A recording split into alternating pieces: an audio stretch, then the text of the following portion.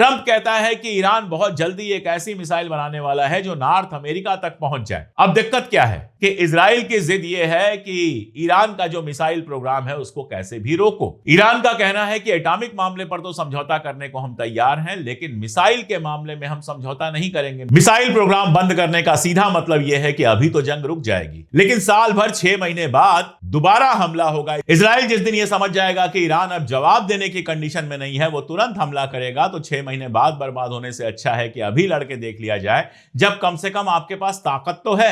तो अब उस मिसाइल प्रोग्राम को डिस्टर्ब करने के लिए, उस मिसाइल प्रोग्राम पर प्रेशर बनाने के लिए ट्रंप यह कह रहा है कि ईरान ऐसी मिसाइल बनाने वाला है जो मिसाइल सीधे नॉर्थ अमेरिका तक पहुंच जाएगी, यानी ईरान से अमेरिका को खतरा है। अब जंग होगी कि नहीं होगी ये एक सवाल है, और दूसरा सवाल ये है कि क्या जंग की डेट बहुत करीब आ चुकी है। कल बात होनी है जिनेवा में अमेरिका और ईरान की, और कल ईरान के सारे प्रस्तावों को ठुकरा कर अमेरिका कह सकता है कि ईरान का डिप्लोमेसी में कोई इंटरेस्ट नहीं है, और उसके बाद जंग कभी भी शुरू हो सकती है। तो शुक्रवार यानी जुमे के रोज हो सकती है जंग, शनिवार रविवार में जंग हो सकती है, किसी भी दिन शुरू हो सकती है अगर कल अमेरिका ये रास्ता अपनाता है। तो देखिए F-22 जो लड़ाकू जहाज है अमेरिका के, वो उतरे हैं इजराइल में ठीक उसी वक्त जब नरेंद्र मोदी इजराइल गए। अब देखिए F-22 कोई मामूली जहाज नहीं है, ये वो जहाज हैं जिनके बारे में ये माना जाता है कि ये किसी रडार के पकड़ में नहीं आते, और जितने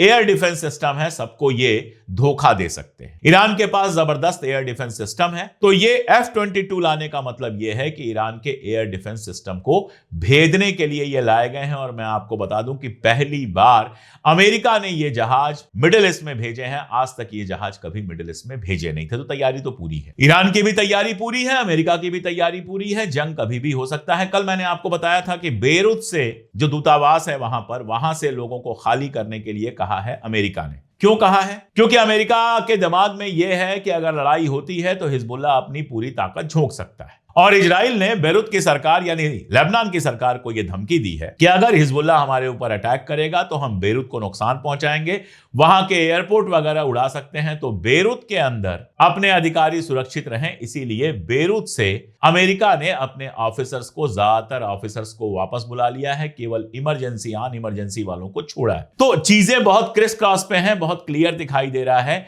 कि जंग की पूरी तैयारी है, जंग कभी भी हो सकती है। लेकिन इन सब के बीच में वो एक बात है कि ये सारा कुछ ईरान पर मैक्सिमम प्रेशर बनाने के लिए हो सकता है, और हो सकता है कल परसों में आपको एक ऐसी डील सुनाई दे दे जो किसी ने सोची भी ना हो।